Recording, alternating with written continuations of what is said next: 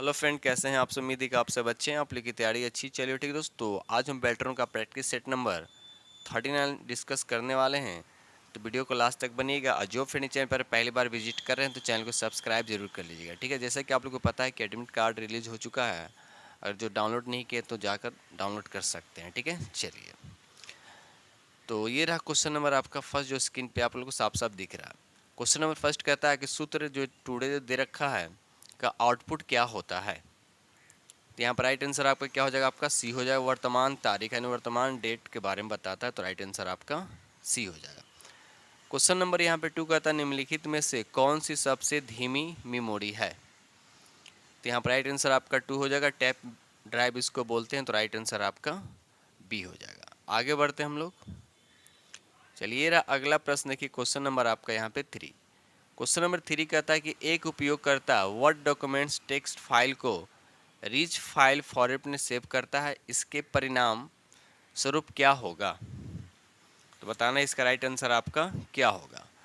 तो यहाँ पर देखें तो राइट आंसर आपका ए बी सी नहीं होगा, देखते हैं डी क्या लिखा है। तो यहाँ पर राइट आंसर आपका डी हो जाएगा। इससे अलग अलग ऑपरेटिंग सिस्टम में विभिन्न वर्ड प्रोसेसरों के बीच टेक्स्ट फाइल के आदान प्रदान की अनुमति प्रदान की जाएगी, तो राइट आंसर आपका डी हो जाएगा। ये रहा अगला प्रश्न की क्वेश्चन नंबर आपका यहाँ पे। क्वेश्चन नंबर यहाँ पर 4 कहता है कि विंडोज एक्सप्लोरर में फाइल X1 खोजने पर परिणाम में कौन सी फाइलें दिखाई देंगी। तो यहाँ पर 4 का राइट आंसर आपका डी हो जाएगा। इनके जिनके फाइल का नाम X1 और कम से कम एक वर्ण से शुरू होते हैं, तो राइट आंसर आपका डी हो जाएगा। क्वेश्चन नंबर यहाँ पे 5 कहता है कि MS वर्ड 2016 में वर्तनी और व्याकरण जांच की विकल्प रिबन के किस विकल्प के अंतर्गत मौजूद होता है। बताना इसका राइट आंसर आपका क्या होगा। तो यहाँ पर राइट आंसर आपका ए हो जाएगा, रेफरेंस जो इसका सही आंसर हो जाएगा। ये रहा अगला प्रश्न की क्वेश्चन नंबर आपका यहाँ पर 6 कहता है कि लाइन्स रेक्टेंगल्स ब्लॉक एरोज और कॉल आउट MS एक्सेल में निम्नलिखित में से किसे प्रदर्शित करते हैं। तो यहाँ पर 6 का जो आंसर हो जाएगा आपका डी हो जाएगा। शेप्स जो इसका सही आंसर हो जाएगा।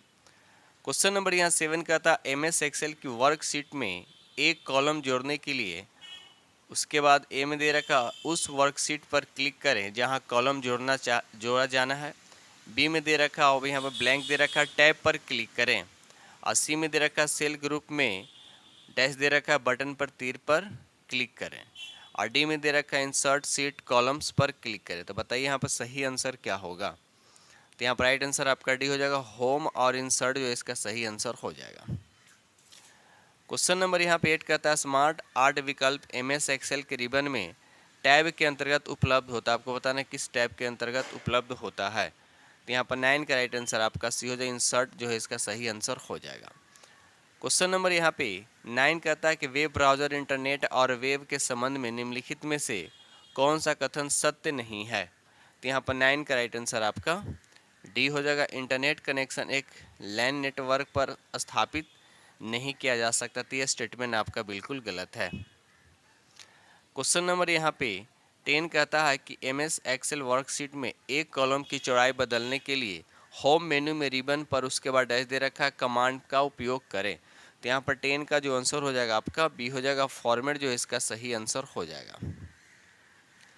क्वेश्चन नंबर यहाँ पे 11 कहता है कि पावर पॉइंट का उपयोग करके एक प्रेजेंटेशन देते समय स्पीकर अंतिम स्लाइड पर जाना चाहता है, उसे कीबोर्ड पर कौन सी कुंजी दबानी चाहिए। तो यहाँ पे 11 का राइट आंसर आपका सी हो जाएगा। इंड जो है इसका सही आंसर हो जाएगा।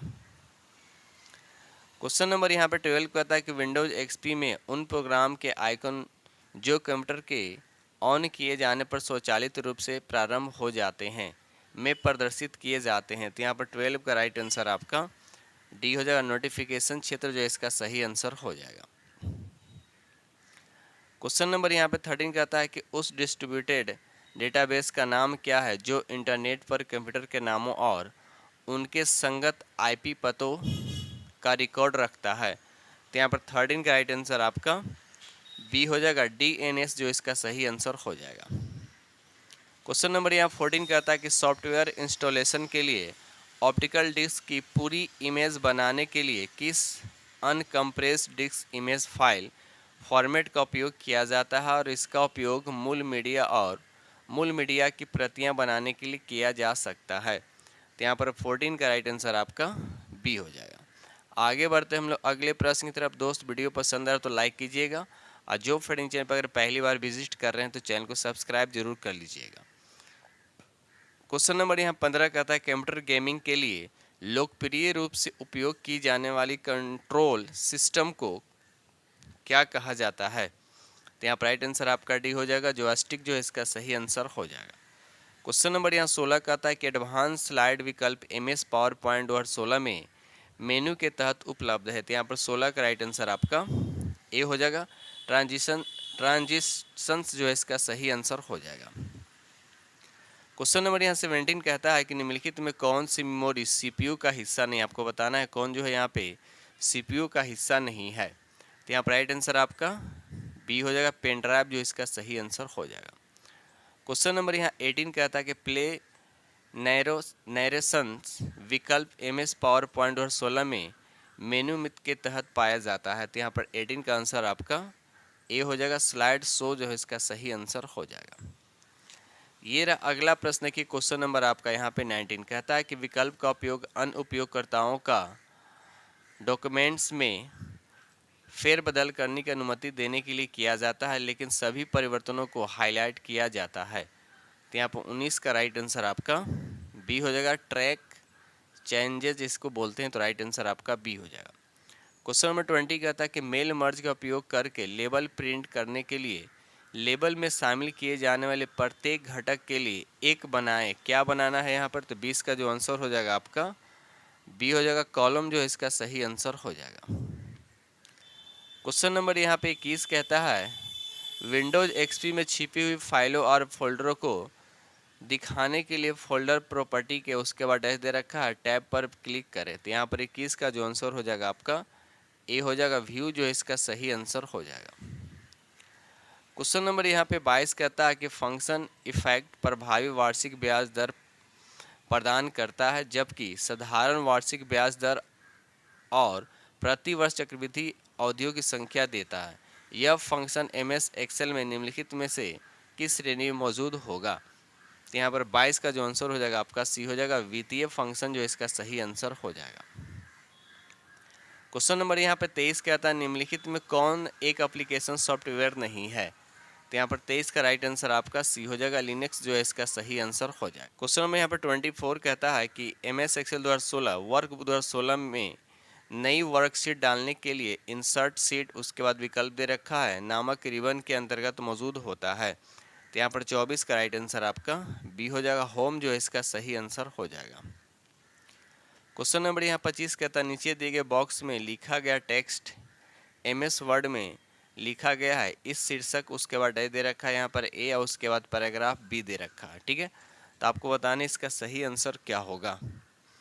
तो यहाँ पर देखा जाए तो 25 का यहाँ पर राइट आंसर आपका डी हो जाएगा, ए सेंटर अलाइन हो जाएगा और बी जो आपका जस्टिफाइड। तो राइट आंसर आपका यहाँ पे डी हो जाएगा। ठीक है, चलिए ये रहा अगला प्रश्न की क्वेश्चन नंबर आपका यहाँ पे 26 का था MS वर्ड में डॉक्यूमेंट्स के विभिन्न व्यूज को प्रस्तुत करने के लिए दिए गए व्यू बटन कौन से हैं। तो यहाँ पर 26 का राइट आंसर आपका डी हो जाएगा, प्रिंट लेआउट, फुल स्क्रीन, उसके बाद वेब लेआउट, उसके बाद आउटलाइन लेआउट। इसका राइट आंसर आपका डी हो जाएगा।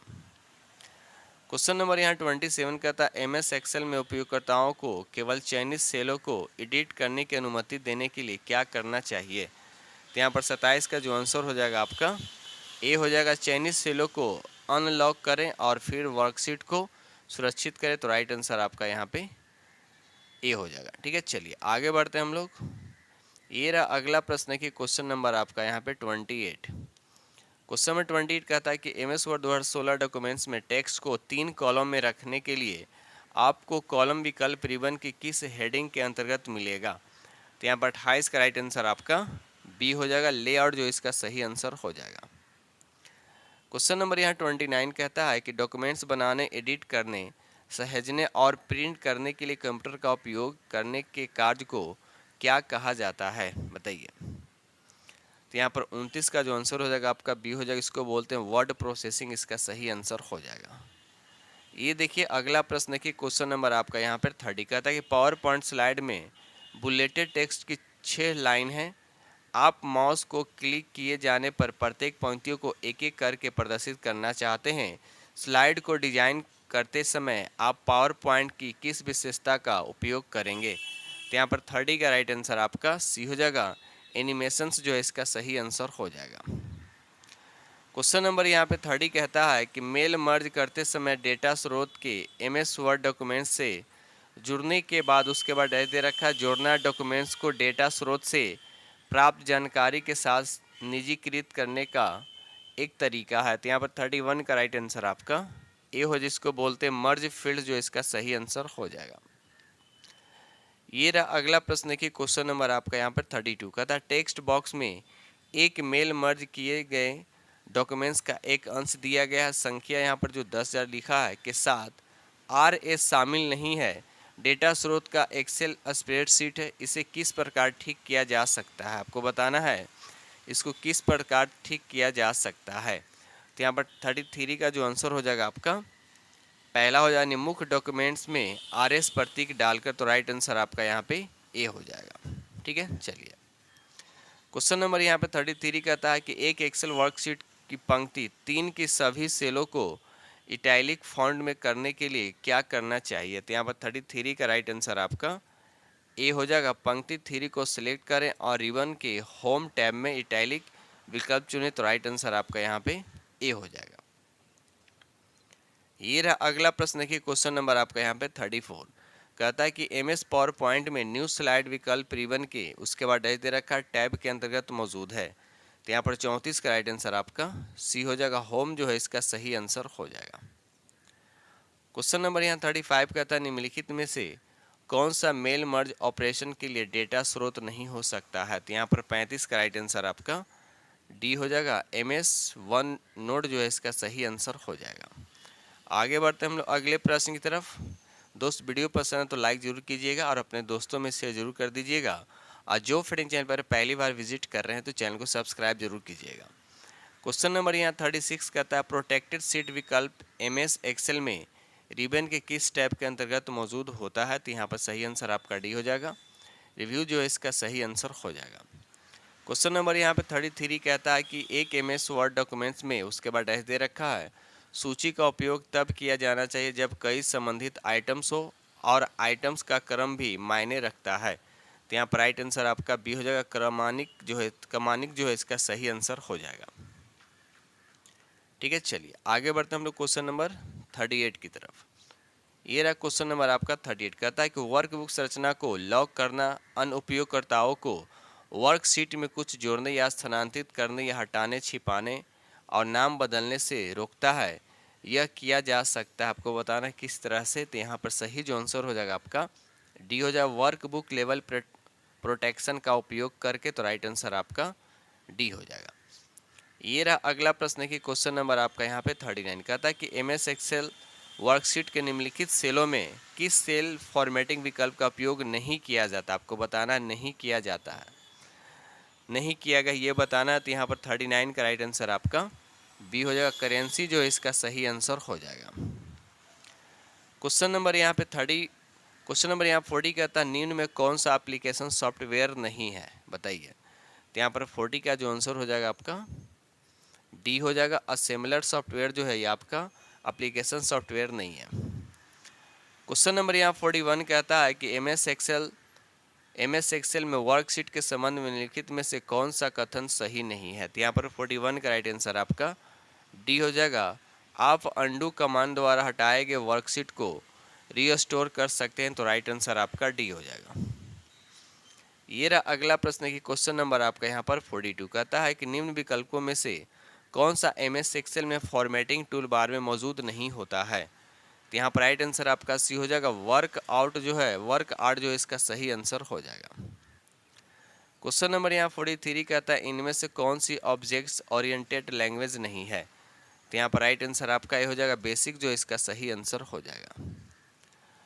क्वेश्चन नंबर यहाँ 44 कहता है कि एक एक्सेल वर्कशीट का एक अंश नीचे दिया गया है, ठीक है, कहता है कि सेल A1 में निम्नलिखित फार्मूला डाला गया है, इस तरह से आपका दे रखा है CS1A डॉट, उसके बाद B1 फार्मूला को सेल E1 से सेल F1 में कॉपी किया गया है।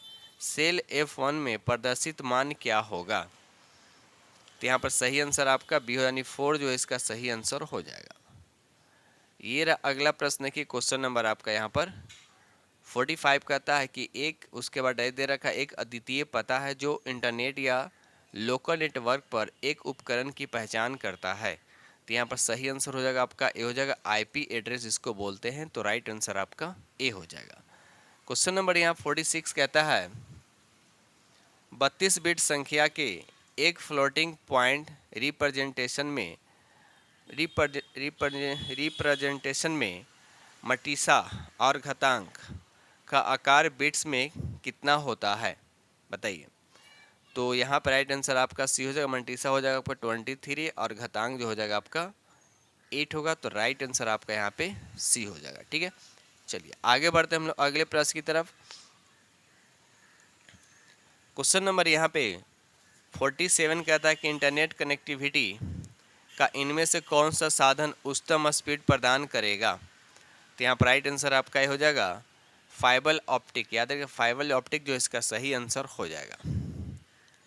ये रहा अगला प्रश्न की क्वेश्चन नंबर आपका यहाँ पर 48 कहता है कि MS एक्सेल के किस विकल्प के तहत आपको निम्नलिखित उप विकल्प दिखाई देने की संभावना है, बताइए। तो यहाँ पर राइट आंसर आपका डी हो जाएगा, सेल स्टाइल्स जो इसका सही आंसर हो जाएगा। क्वेश्चन नंबर यहाँ 49 कहता है कि इनमें से कौन सा असेंबलर द्वारा निर्मित मशीन कोड है, बताइए। मशीन कोड आपको बताना है। तो यहाँ 49 का राइट आंसर आपका सी हो जाएगा, बाइनरी रीलोकेटेबल कोड जो इसका सही आंसर हो जाएगा। क्वेश्चन नंबर यहाँ 50 कहता है निम्नलिखित में कौन सा इंटरनेट सेवा का एक प्रकार नहीं है, बताइए। तो यहाँ पर राइट आंसर आपका बी हो जाएगा, URL जो इसका सही आंसर हो जाएगा।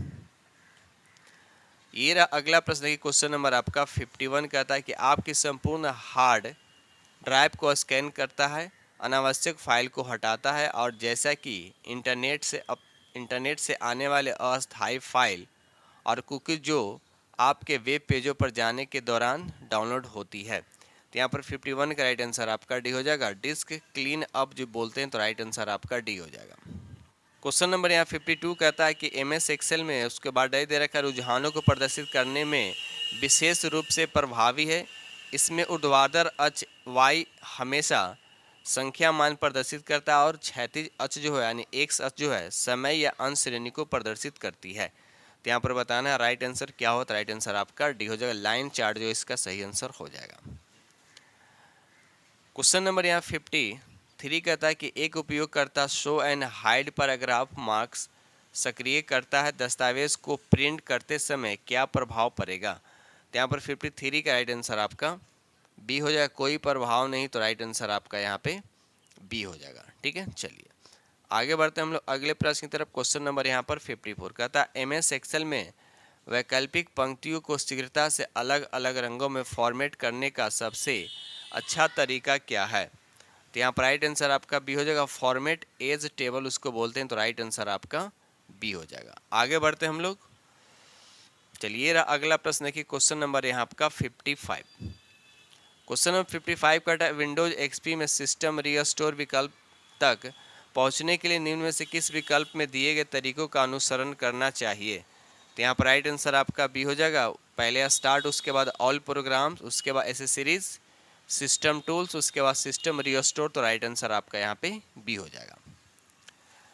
क्वेश्चन नंबर यहाँ 56 कहता है कि MS एक्सेल में एक बड़ी वर्कशीट में आप हमेशा पहले कॉलम और 6 पंक्तियों को हमेशा दिखाना चाहते हैं, आप कौन से कमांड का विकल्प चुनेंगे? तो यहाँ पर 56 का राइट आंसर आपका ए हो जाएगा, व्यू जो है उसके बाद फ्रीज पेन जो इसका सही आंसर हो जाएगा। क्वेश्चन नंबर यहाँ 57 कहता है कि ईमेल पर प्राप्त एक एक्सेल फाइल में मुझे कॉलम के नाम A1 B C E F G उसके बाद दे रखा दिखाई देते हैं, कॉलम D के दिखाई नहीं देने का क्या कारण हो सकता है? तो यहाँ पर 57 का राइट आंसर आपका सी हो जाएगा, इसे छिपा दिया गया है। तो राइट आंसर आपका सी हो जाएगा। क्वेश्चन नंबर यहाँ 58 कहता है कि एक एक्सेल वर्कशीट का एक अंश नीचे दिया गया है। सेल E1 में निम्नलिखित फार्मूला डाला गया है, सेल E1 में प्रदर्शित मान क्या होगा। तो यहाँ पर 58 का राइट आंसर आपका क्या हो जाएगा, तो राइट आंसर आपका ए होगा, नहीं 13 जो है इसका सही आंसर हो जाएगा। क्वेश्चन नंबर यहाँ पे 59 कहता है कि MS वर्ड में किसी टेक्स्ट को एक स्थान से दूसरे स्थान पर ले जाने के लिए प्रयुक्त शॉर्टकट कमांड का सही क्रम क्या है। तो यहाँ पर 59 का राइट आंसर आपका डी हो जाएगा, Ctrl+X, उसके बाद Ctrl+V जो है इसका सही आंसर हो जाएगा। क्वेश्चन नंबर यहाँ 60 कहता है कि मेल मर्ज में उसके बाद डैश दे रखा है, वह फाइल है जिसमें नाम और पते या कोई अन्य जानकारी शामिल होती है जो मेल मर्ज डॉक्यूमेंट्स के प्रत्येक संस्करण के साथ बदलती है। तो यहाँ पर 60 का जो आंसर हो जाएगा आपका डी हो जाएगा, जिसको बोलते हैं डाटा स्रोत। तो राइट आंसर आपका यहाँ पे डी हो जाएगा। ठीक है दोस्तों, इस तरह से हमने आप लोगों के साथ 60 प्रश्न डिस्कस किया और उम्मीद करता हूँ कि सेट नंबर 39 आप लोग को बेहद पसंद आएगा। ठीक है दोस्तों, इसी के साथ हम वीडियो करते हैं समझ। जैसा कि आप लोग को पता है कि एग्ज़ाम डेट जो है आपका तो आ ही चुका है, 14/9/2024 आप लोग को स्टार्ट है और साथ ही एडमिट कार्ड भी डाउनलोड हो रहा है। जो जो नहीं किए हैं तो अपना एडमिट कार्ड डाउनलोड करके अपना सेंटर पता कर सकते हैं। ठीक है दोस्त, तो इसी के साथ हम वीडियो करते हैं समाप्त और मिलते हैं अगली वीडियो में। तब तक के लिए थैंक यू वेरी मच।